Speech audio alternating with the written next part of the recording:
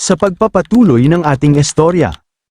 Sa gitna ng kaba, natarante si Lingling at dali-daling tinawag ang kanyang pangalawang senior brother. Nagulat din si Shen Qing, halos hindi makapaniwala habang sumigaw, malaking gulo ito, baka naman di kinaya ng katawan ni Shu brother ang matinding pressure ng bone forging, at sumabog na lang siya. Pero bago pa sila tuluyang lamunin ng takot, lumitaw si Xiao Cheng, walang kalmo, walang gasgas, puro kidlat lang ang naglalaro sa paligid niya. Ano ba yung mga haka-haka nyo? Ayan oh. Buhay na buhay ako, biro niya habang nakangiti. Nang makita ito, natigilan ang dalawa, pawis at namumutla, bulong sa isipan ng dalawa, tao pa ba talaga yung katawan na yan? Habang nakalutang pa sa pagkalito si Lingling at Shen Qing, itinaas ni Xiao Cheng ang kanyang daliri at mariing nagtanong, pero teka, bakit parang wala akong naramdamang pagbabago? Gumana ba talaga to? Sa mismong sandaling yun, kumislap ang enerhiya sa dulo ng kanyang daliri, maliit pero malinaw, at sa isang iglap, tinutok niya ito sa isang jade flute sa istante, at ayun, nahati ang flute, sabay bagsak sa sahig. Sa nakita, halos lumuwa ang mga mata ni Shen Qing sa gulat, agad siyang yumuko, luhaan, aray, ang aming minanang soul pointing flute. Nakita ni Lingling ang gulo, nasira ang gamit, kaya nag-alok agad ng tulong, babayaran na lang namin yan para sayo. Samantala, si Xiao Cheng ay tila nakaramdam ng bagong lakas. Tanong niya habang nagtataka, ako ba ang gumamit ng wind blade na yun? Diyos ko, may special effects na ako ngayon. Itinaas niya ang kanyang mga braso na parang superhero wannabe at napasigaw sa kasiyahan, kahit isa lang itong teknik at hindi isang immortal art, nagbunga na rin sa wakas ang mga pagsisikap ko. Meron na rin akong long range na mahikang atake, hahaha. Sa isang tabi, napailing si Lingling habang tahimik na pinapanood ang kakulaita ng kanyang second senior brother. At si Shen Qing naman, luhaan pa rin, di alam kung matatawa o iiyak. Pero si Xiao Cheng, hindi pa tapos, buo ang loob, puno ng kapilyuhan, isa pa, sigaw niya. Kasunod ang nakakalokong tawa, hihihi. Bago pa man tuluyang magka-pyroporty sa bahay, bumukas ang pinto, puwersahang pumasok ang master ng Shen family at ang kanyang mga tauhan. Sino ang nangahas pumasok sa primordial treasure vault na walang pahintulot? Sigaw niya, may apoy ang boses. Sa sandaling yun, mabilis na lumapit si Shen Qing sa kanyang ama sabay sabing, tatay. Samantala, napakunot noo si Xiao Cheng, tanong niya, bakit hindi nag-abiso si Da Cheng? Samantala, sa labas ng pinto, chill lang ang aso ni Xiao Cheng, inaamo ng dalawang gwardya. Nagtawanan sila, hehe, ang cute ng aso, sabay wika ng dalawang gwardya. Pero sa loob ng vault, ibang usapan, matapos makita ang kaguluhan, singit agad ni Master Shen Qing, bumalik ka nang hindi man lang nagpapalam sa akin, tapos ngayon, pumasok ka pa sa treasure vault nang walang pahintulot kasama ang mga tagalabas at nagdulot ng gulo dito. Sa narinig, nalungkot si Shen Qing, halos maiyak, ama, alam kong mali ako. At bigla, ang lahat ay napamulagat, lumuhad ang master at humagulhol ng mas matindi. Anong masama sa pinakamamahal kong anak? Bakit hindi ka muna dumiretso sa akin pag uwi mo? Huhuho, ang sakit-sakit sa puso ng tatay mo. Nahihiya si Shen Qing, bahagyang yumuko habang hinahawakan ang noo ng kanyang ama, ama, pakikalmahan mo naman ang sarili mo sa harap ng ibang tao. Sa isang sulok, napailing si Lingling at bamulong kay Xiao Cheng, hindi ganito ang inaasahan kong master ng Shen family. Oo nga, sagot ni Xiao Cheng, kasabay ng isang matamlay na tango. Mahigpit ang yakap ni Master Shen sa anak niyang si Shen Qing, habang humahagulhol ng iyak. Huhuho, anak ko, iniisip mo na ba na nakakainis na ako? Huhuho, ang bigat ng pakiramdam ko. Napapikit na lang si Qing, napahawak sa mukha't napabuntong hininga. Ama, ano bang pinagsasabi mo? Ilang saglit lang ang lumipas, sa labas ng bulwagan ng Heaven Treasure Sect, 6 na gwardya ang alertong nakapwesto, samantala, sa loob ng maringal na silid, nakaupo sa gitna si Master Shen, dignified at tahimik, sa kanyang tabi, andun din sina Xiao Cheng at Lingling, parehong komportableng nakaupo. Nagsalita si Master Shen, seryoso't matalim ang tingin, kung ganun, masasabi ba nating ikaw ang nagligtas kay Qing? Nakapikit si Xiao Cheng habang umunguya ng prutas, saka mahinahong sumagot, masyado naman yatang malaki ang salitang tagapagligtas, nagkataon lang talaga.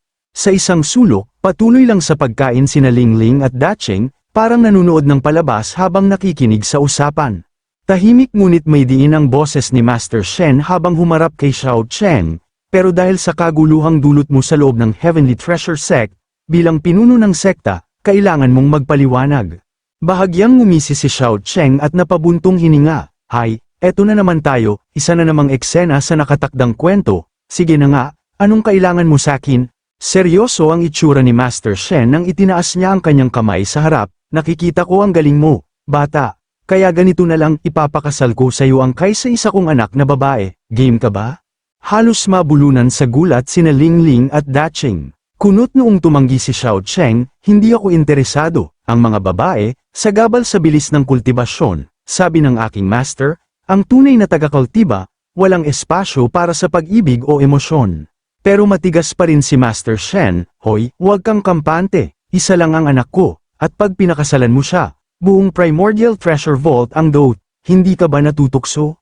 Napangiwi si Xiao Cheng, tinaas ang kilay at ngumising parang payaso, pero tumatanggi pa rin ako, ang pinakapaborito kong gawin bilang Xu Xiaocheng, ang sabihing hindi, sa mga taong laging akalay sila ang tama. Napapikit si Master Shen, saka humalukip-kip ang mukha niya, singitim ng pinakulo ang kaldero, ganun ba? E di magbayad ka ng 30 milyong Spirit Stones para sa Soul Point and Fruit.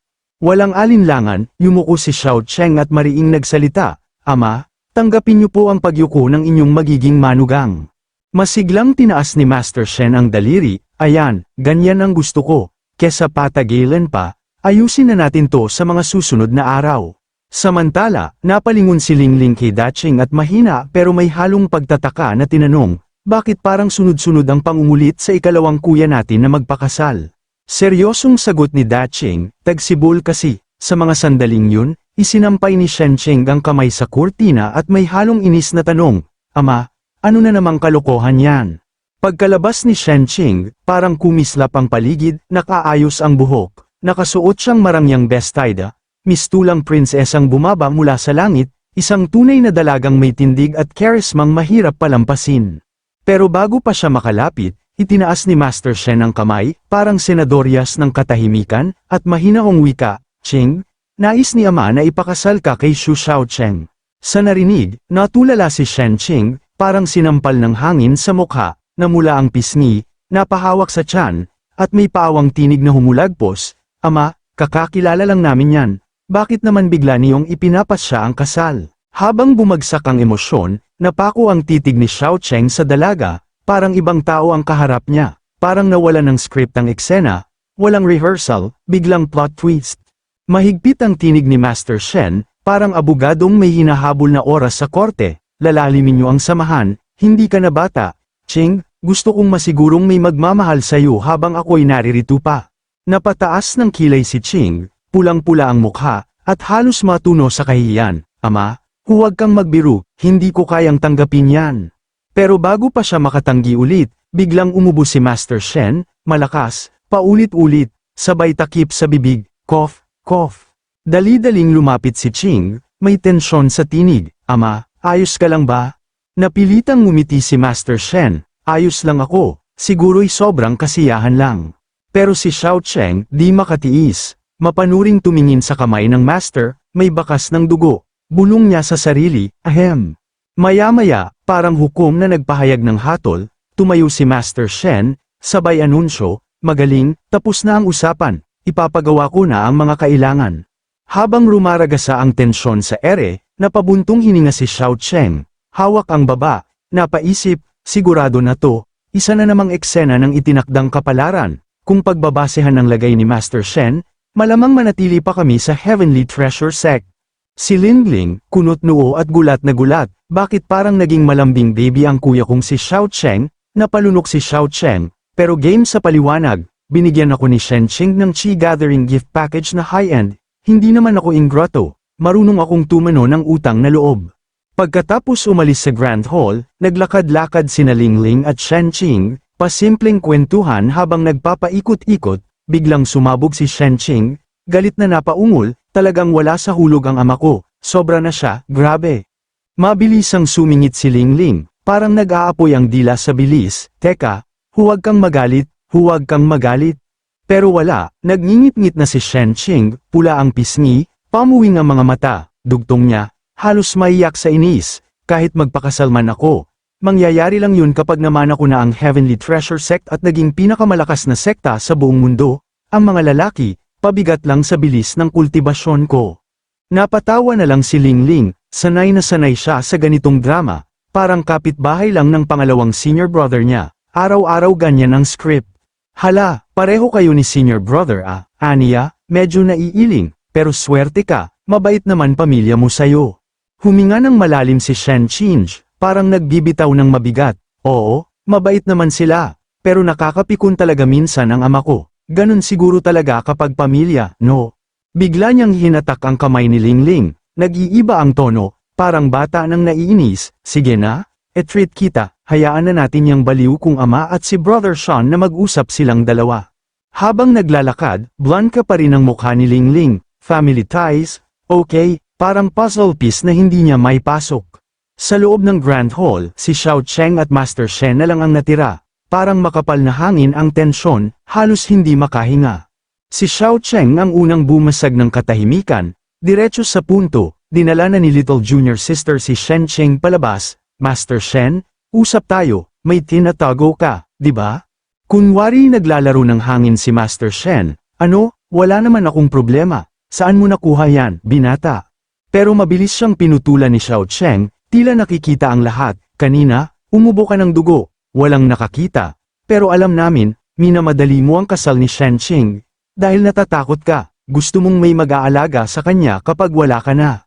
Sa narinig, tumawa ng malakas si Master Shen, parang nagpapanggap na lalaking lalaki, ha? Anong pinagsasasabi mo? Imagination mo lang yan. Si Dacheng, nagmamadaling kumain, halos mabulunan ng banggitin ni Xiao Cheng ang tungkol sa amoy ng kamatayan, biglang lumapit ito, hinawakan ang ulo ni Dacheng, at nagpatuloy ng may halungkat na tono, na amoy ng asong ito ang hininga ng kamatayan sayo. Kung ayaw mong maniwala, tatawagin ko si Shen Cheng ngayon din, at pag-uusapan natin itong tatlo. Ano sa palagay mo? Pero wala lang kay Dacheng, tuloy lang siya sa pagkain, parang walang narinig, alam niyang gawa-gawa lang ni Xiao Cheng ang lahat, kaya sinabunutan niya ito ng salita, baliw ka talaga, niloloko mo ba ko, bulong niya sa sarili. Sa sandaling yun, napatitig ng malalim si Master Shen, hindi na niya kayang itago, malalim ang buntong hininga niya bago nagsalita, Hay, alam mo, alam ko, alam ng langit, alam ng lupa, pero huwag mong sasabihin kaninuman, totoo ngang kaunti na lang ang natitirang oras ko, pero hindi dahil sa malubhang karamdaman, kundi dahil dito. Hinayla niya pababa ang manggas ng kanyang damit, at doon nakita ni Xiao Cheng, ang madilim, gumagapang na masamang enerhiya mula sa palso hanggang sa puso niya, parang mga ugat ng kamatayan. Abot na sa puso ko, malungkot na bulong ni Master Shen, hindi ko na alam kung hanggang kailan pa ko mabubuhay. Napa-atres sa gulat si Xiao Cheng at takot na nagsabi, Diyos ko, ano to? Ikinwento ni Master Shen ang lahat, nakahanap na ako ng mga manggagamot, gumamit na ng mga espiritual na paeldores at mahikang kagamitan, pero wala pa ring epekto, kung kahit ang Heavenly Treasure Sect ko, na siyang may pinakamaraming kayamanan, ay walang mahanap na paraan para supalin ito, malamang ay wala na talagang solusyon sa buong 9 provinces continent. Hinawakan niya ang braso niya, parang pinipigilan ng sarili, ang mas mahalaga, hindi ko man lang alam kung ano talaga ang bagay na ito, hindi ito lason, hindi linggo, at lalong hindi isang sumpa. Ang tanging alam ko lang, unti-unti nitong nilalamon ang aking lakas buhay, at darating ang araw, ubos na ang lahat sa akin. Kumunat ang noon ni Xiao Cheng, akala ko noon may kakaiba ka lang na sakit, pero sa totoo lang, ngayon lang talaga ako nakakita ng ganitong bagay. Paano kung kunan ko ito ng larawan gamit ang Shadow Stone at ipadala sa Inspectorate para maimbestigahan nila? Pero wala na si Master Shen sa sarili, iwinasiwas lang niya ang kamay, huwag na, may koneksyon ako. Pero kahit sino, walang nakakaalam, at kung alam man nila, wala silang magagawa. Tumigil siya sandali, saka nagpatuloy ng may bigat na tono, tama ka kanina. Kung mawala man ako, si Qing lang ang maaaring magmana ng buong Heavenly Treasure Sect. Pero hindi pa sapat ang lakas niya, at ang ibang mga sekta ay matagal nang naglalaway sa Primordial Treasure Vault. Kapag kumalat ang balita ng pagkamatay ko, siguradong gagawin ng masasamang loob ang lahat para maaga ang Heavenly Treasure Sect at mapasakamay ang Primordial Treasure Vault. Ayokong harapin ni Qing ang ganitong panganib, kaya kailangan kong humanap para sa kanya ng isang malakas at mapagkakatiwalaang asawa. Napangiti si Xiao Chen at mariing nagwika habang nakakrus ang mga braso sa dibdib. So ako pala talaga ang hinahanap mo, ngayon lang tayo nagkakilala, tapos ganyan agad ang tiwala mo. Ngumiti si Master Shen, parang batang nakakita ng bagong laruan, niligtas mo si Ching, patunay na mabuti ang pagkatao mo. Nakatakas kang mag-isa mula sa ethereal sect, patunay na malakas ka, kampante akong ipagkatiwala si Ching sa'yo. Napaatras si Xiao Cheng, parang nasugatan sa alaala, itinaas ang kamay habang pawisan ang mukha. Naku Sect Master, pwede bang huwag tayong magtayo ng mga flag na ganyan? Paano na lang kung ako na lang ang humanap ng paraan para matanggal yang bagay na yan sa'yo, bilang pagtanaw ng utang na loob? Biglang umigting ang mukha ni Master Shen, sinabi ko na sa'yo, hindi pwede yan, wala kang mapapala. Habang nagtatalo sila, biglang may sumigaw na utusan, Sect Master, masama to, may multo na naman sa Primordial Treasure Vault. Napailing si Master Shen, halos maiyak sa inis, ano na naman to, ilang beses na bang nangyari to ngayong buwan? Napansin ni Xiao Cheng ang salitang, na naman, tila may pattern sa kanyang isipan. Sa sandaling yun, agad na ipinakilala ni Master Shen ang matanda, Manugang, ipakikilala ko sa iyo, ito si Uncle Zhang, ang matagal ko ng tagapamahala, kasama ko na siya mula nang ako'y mamuno sa sekta, tapat at lubos ang kanyang paglilingkod.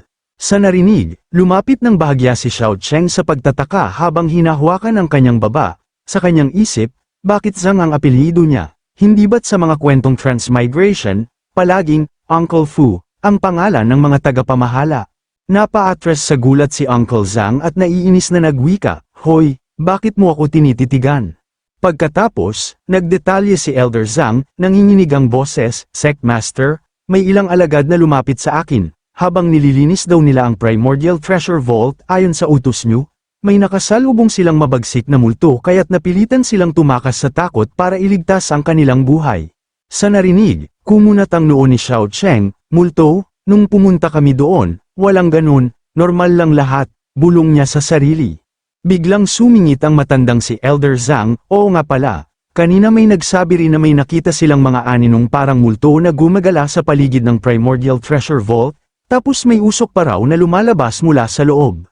Napailing si Xiao Chang, alam niya kung bakit, nako, kami yun. Sa sandaling yun, nagalit si Master Shen, halos mabasag ang boses, hindi ko alam kung anong demonyo to, pero ang lakas ng loob manggulo sa Heavenly Treasure Sect, pupunta ako. Pero pinigilan siya ni Xiao Cheng at ngumisi, Sect Master, dito ka na lang, bilang manugang ng Heavenly Treasure Sect, nararapat lang na akuin ko ang bahagi ng pasanin mo at lutisin ang problema, di ba? Habang naglalakad sila, napailing si Elder Zhang, Manugang, kailan nangyari yun? Samantalang si Xiao Cheng, parang batang may bagong kwento, masayang wika, halika, Uncle Zhang, ikwento mo sa akin ng buo ang tungkol sa kababalaghan, ano nga bang nangyari talaga? Oh, sige, mariing tugon ni Elder Zhang, lumipat ang eksena sa labas, sa ilalim ng liwanag ng araw, magkasabay na naglalakad sina Xiao Cheng at Elder Zhang, kapwa tahimik habang naglalakad. Malalim ang buntong hininga, bago nagsimulang magsalita, tila binabalikan ang isang bangungot. Tahimik ang gabi noon, isang uri ng kapayapaang may nakatagong peligro, ilang disipulo ang pinadala upang linisin ang Primordial Treasure Vault, ngunit pagsapit ng umaga, malamig na bangkay na lang ang natagpuan sa loob. Napapikit siya, bahagyang nanginginig, bago tuluyang bumulwak ang luha. Wala ni isang patak ng dugo ang natira, para bang sinipsip ng mismong dilim, nakakakilabot. Sa narinig, napahawak sa baba si Xiao Cheng, parang biglang may gumising sa kanyang imahinasyon. Mga vampira, di ito kanluraning pantasya, iba to. Nagpatuloy ang kwento ni Elder Zhang, mas mabigat ang boses, parang may pangyayaring hindi pa tapos sa kanyang alaala. Nagpadala ng karagdagang bantay ang Sect Master para sa seguridad ng Vault, pero kinabukasan, isa na namang bangkay ang natagpuan. Hindi lang bangkay, buto na lang ang natira, nilamon ang laman, sinipsip ang dugo, wala nang natira kundi tahimik na pagsisi. Napailing si Xiao Cheng, tumitig sa lupa, parang pilit iniintindi ang kasamaan sa likod ng kababalaghan. Hindi lang multo, may mas malalim na panganib, mas matinding sigalot. Patuloy ni Elder Zhang, habang nanginginig ang boses, galit na galit ang Sect Master, sinuyod ang buong sekta, pero wala siyang nahanap, walang bakas, walang pahiwatig. At simula noon, sunod-sunod na ang mga pagkawala, iba-iba ang naging anyo ng kamatayan, ang ilan, nilamon ang laman, ang iba, binura ang espiritu, ngunit matapos ang huling insidente, Nanahimik ang vault sa loob ng mahabang panahon. Pero hindi siya nagpakampante, pinaghigpitan pa lalo sa likod ng katahimikan, naroon pa rin ang banta, at ngayong araw, bumalik ito, kawawang sectmaster, napapayat na sa pangamba. Napaisip si Xiao Cheng, mas seryoso ang mukha, kaya pala mariing ipinagbabawal ng ama ni Shen Cheng ang sinumang tagalabas na makapasok, may pinangangalagaan siyang sekreto. Nagulat si Elder Zhang, napalingon bigla, tila may naalala. Young brother, may narinig akong sumuway at pumasok sa vault ngayong araw, sa tingin mo ba, sila ang may sala? Walang malay na itinuro ni Xiao Cheng ang sarili, kami nga pala yung pumasok kanina. Tahimik, walang kumikibo, para bang huminto ang mundo, hanggang sa biglang umatras si Elder Zhang, halos madapa sa kaba. Huwag ka lalapit, maltong hindi ko kilala, agad dumpensa si Xiao Cheng, galit-galit pero nakakatuwa. Hoy, hindi ako multo, ngayon lang ako dumating, bakit naman agad ako ang masisisi? Nilapitan niya si Elder Zhang, hinawakan sa balikat para pakalmayin. Hindi ako narito para manggulo, gusto kong tumulong, imbestigahan ang misteryong to. Elder Zhang, may halong pagdududa at takot, totoo ba yan? Bakit ka naman biglang naging mabait? Napangisi si Xiao Cheng, malakas ang sagot na may nakatagong lamang. Masama bang magmalasakit sa biyenan ko? Lumapit pa siya ng kaunti, bamulong na parang may matinding sekreto. Tanong lang, sa tingin mo ba, may kaugnayan ang maltong ito sa misteryosong marka sa braso ni Master Shen? Biglang natigilan si Elder Zhang, napanganga sa gulat, tila binuksan ang pinto ng isang sekreto. Paano mo nalaman yun? Ngumiti si Xiao Cheng, parang nagwagi sa chess match ng mga multo.